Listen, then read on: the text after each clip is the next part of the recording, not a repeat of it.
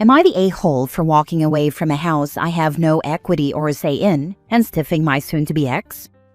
Before we got married, my in-laws sat me down and explained that I was never going to be on any paperwork for the house they helped my fiancé purchase as a wedding gift. They insisted on an ironclad prenup. I got a lawyer and made sure I was protected as well.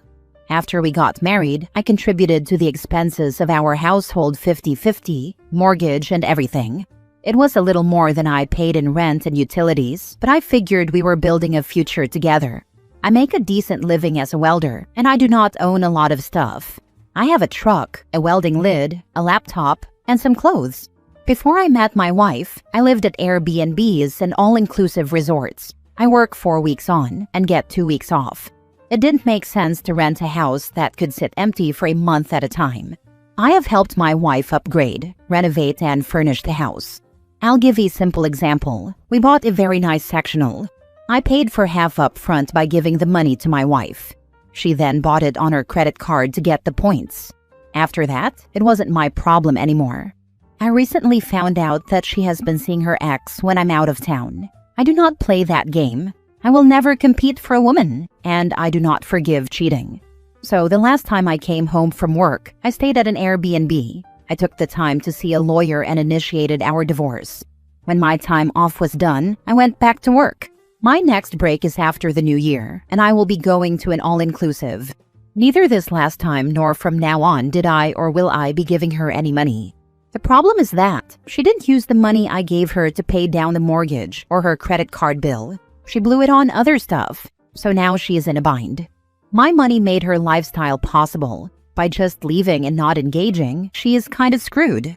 But there is nothing there for me anymore. We don't even have a dog like I wanted because she would have had to care for it while I was away. So all I left behind was a suit I only bought for our wedding, some gym clothes, and my dress shoes, once again for the wedding. She, her family, and her friends are all over me to help her during our divorce. I have no obligation to do so though, and after our divorce, even less so. I can literally live out of my suitcase and my backpack. My only living expense beyond housing is long-term parking for my truck. Even my mom seems to think I am screwing her over and punishing her too harshly. I personally can't believe my mom would take her side, but my parents' divorce was really antagonistic, and their inability to communicate led to both of them being much worse off than if they had cooperated and ended things amicably. Am I the a-hole? Now for the top comments. You are not the a-hole. She cheated. You're leaving. Up to her, and her family if they want to deal with the consequences of her actions. Sucks for her, but actions have consequences. And her parents are the ones that made sure that she'd be on her own financially when they split. They just never foresaw that she'd screw it up for herself. The prenup works both ways. They kept him out of it and she faffoed. Not the a-hole, but I don't understand why friends and family are on her side when she is most likely cheating on you. That doesn't make sense. Not my problem anymore. Anyone that contacts me on her behalf I block, except my mom. Depending on how vocal your mother is, you may want to lower contact with her, or at least set boundaries about what you're willing to discuss. I'm out of town a month at a time, and when I'm off, I will go back to being on vacation. I already barely see her. Not the a-hole, and cancel Christmas with your mom, unless she stops playing a traitor. She's certainly old enough to know better. I'm not going to be back in town until January. I'm going to Belize, then back to work. Next story. Am I the a-hole for canceling a third date over a peanut allergy? A friend of mine set me up on a date with a coworker of hers. She said we were perfect for each other. Our first date was at a coffee shop, and then we arranged to meet up at a botanical garden the next week. While we were at the botanical garden, she told me about her peanut allergy, which she described as life-threatening. I told her that must be stressful, and she said it was. We arranged a lunch date for this week at the end of that date. After that date, I started thinking. I love peanuts and eat them all the time. I put peanut butter in or on a lot of stuff, including my dog's toys, which he drags all over my apartment, getting invisible peanut oil everywhere, I'm sure. I can't see a potential relationship with this woman ever progressing to a serious stage without me changing my diet and habits. At this point, we've only been on 2 dates, and I think it would be more respectful of her time not to go on a third. So I called her and told her I was sorry, but we needed to cancel. She asked if I wanted to reschedule, and I apologized, but said I didn't think we would work out long term. She asked why, and I was honest. I said I really like peanuts and would be nervous about potentially harming her. She said there were a lot of safety precautions we could take to keep her safe, and I admitted I knew that, but didn't want to do them. She said wow, and told me I'm immature. I apologized again, but she hung up. She told my friend what happened, and my friend is confused by my reasoning. She said her coworkers said I'm a massive douche. I don't feel like I am. We only went on 2 dates. 2 dates don't imply any commitment. I asked her if she agrees I'm a douche. She said she's not sure, but that my logic is definitely weird. Do you guys agree? You like peanuts more than you like her. That's fine. It could have just as easily been reversed if she didn't like dogs and dropped you because you have a dog. And that's fine too. My son has a life-threatening allergy to cashews and pistachios. I pray that any future dates would gracefully bow out if they were not willing or able to remove those items from their life. Kissing someone after eating those foods can cause a reaction. You did the right thing, OP. I like your example. If someone found out I had a dog and then said they didn't want another date because they don't like dogs, I would be grateful. We wouldn't ever be able to live together, so why waste my time? Not the a-hole. You're not compatible. Exactly. That's exactly my mindset. There are no bad guys in incompatibility.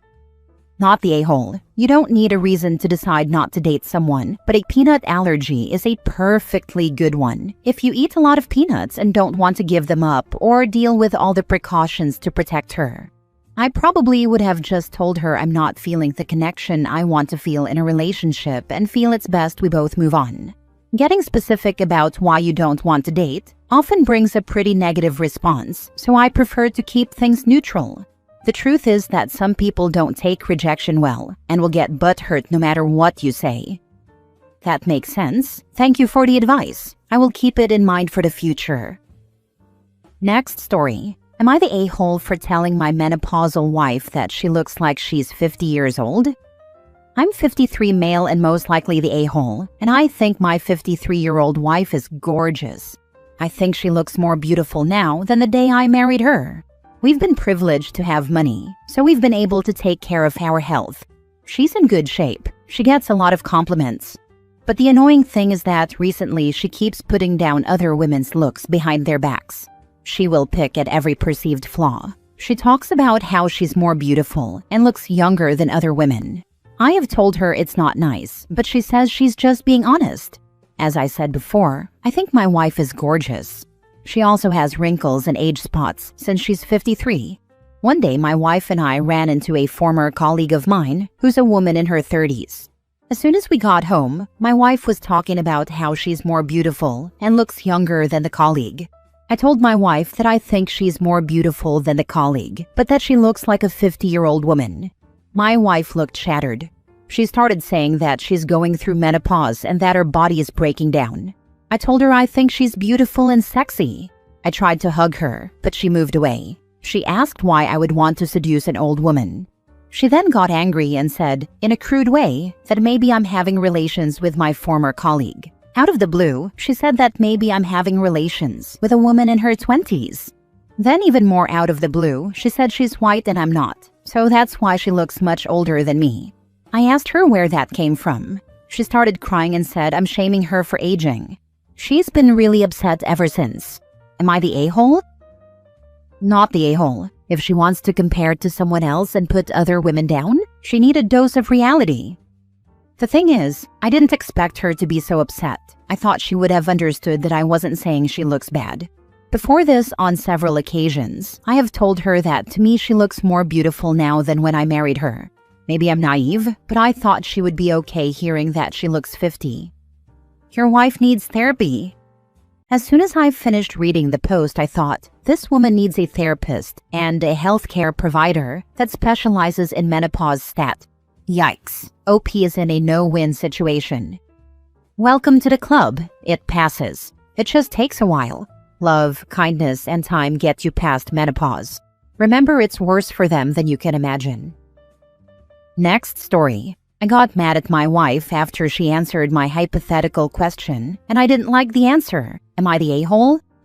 Background. I 43 male work. She 39 female doesn't.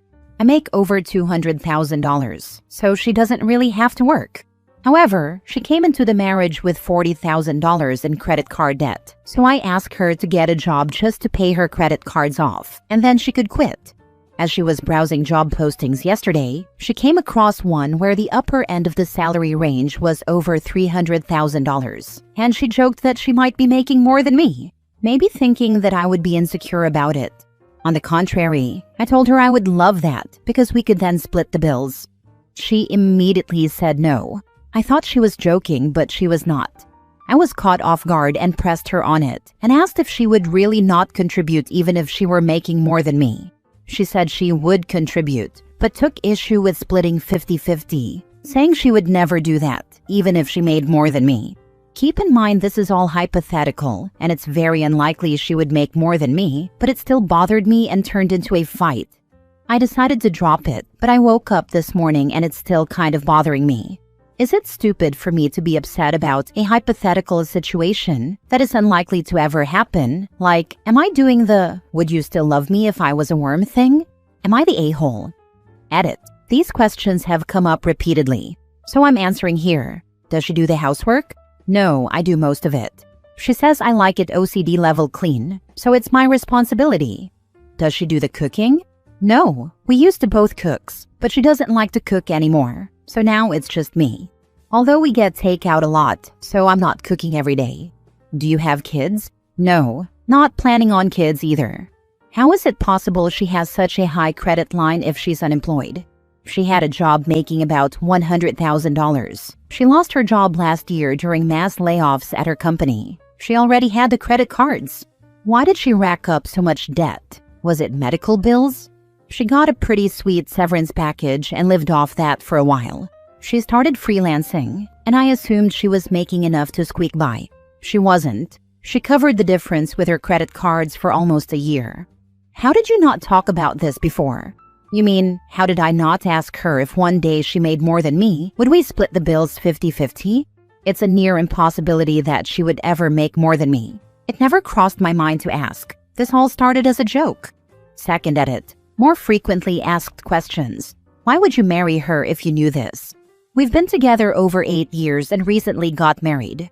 She's had a job making decent money. She paid her own rent, bills, etc. She used to help with the cooking and cleaning, but that eventually stopped. What does she do all day? To be honest, I don't really want to get into that. This was supposed to be a question about getting upset over a hypothetical situation. I was worried I was being stupid for caring. It turned into something much bigger. What do you get out of the marriage? We've been together for a long time. We started dating when I was a broke grad student living with 3 roommates. I worked hard, got several promotions, and my salary kept rising. What I get out of the relationship is not measured in dollars or chores. It's about the love I have for her and the love I get from her.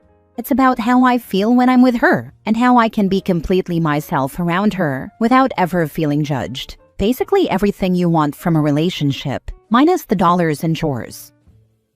She has massive credit card debt, doesn't work, doesn't clean, and doesn't cook. This isn't your wife. She's your sugar baby. She's effectively using you for money. Bro got a real-life labubu. Ask her what would happen if you lost your job. That should be an eye-opener for you. But no worries, OP, because it's completely hypothetical, and no one has ever been laid off before. Did she say why? Does she have some kind of view that financial support is a man's job? Is she just cheap? Not 100% sure. She did say she would contribute, just not 50-50. So it feels like she has some level of "it's a man's job to provide." No, it's not weird that it bothers you even though it's hypothetical. It says something not nice about her bent of mind and/or character. OP, listen to people when they tell you who they are. No idea what that means for you from this little context, but eyes up. Last story. Would I be the a-hole for not giving my son's ex-girlfriend a ride back home from college for winter break? I have an 18-year-old son that I share with my ex. My son just finished his first semester of college. He goes to my alma mater, which is on the other side of the country, United States, from where we live. A couple of years ago, he started dating the daughter of one of his mother's best friends. She decided she wanted to go to the same school as my son and is attending the same college. Since she left for college, her parents' marriage has imploded. She has also apparently been having a hard time finding friends at the college. She started treating my son badly, and this culminated in her kissing another guy. My son broke up with her after finding out. That was 2 weeks ago. Winter break is about a month long. She had been planning to ride with my son back home. She does not have a car. I flew to the college to ride with my son in his car back home. She apparently assumed that my son was still giving her a ride because she asked my son when we were planning to leave tomorrow to drive back home. My son told her that she is not getting a ride. This resulted in her calling her mother, who called my ex, who then called our son and demanded that he give her a ride. She has no other way home, and the plane ticket is about $1,200. Plane tickets in the US are a mess right now. He refused. My ex then called me since I am here and demanded that I give her a ride. Since it is technically my car, I am the only person on the title. I told her I am going along with whatever our son wants to do.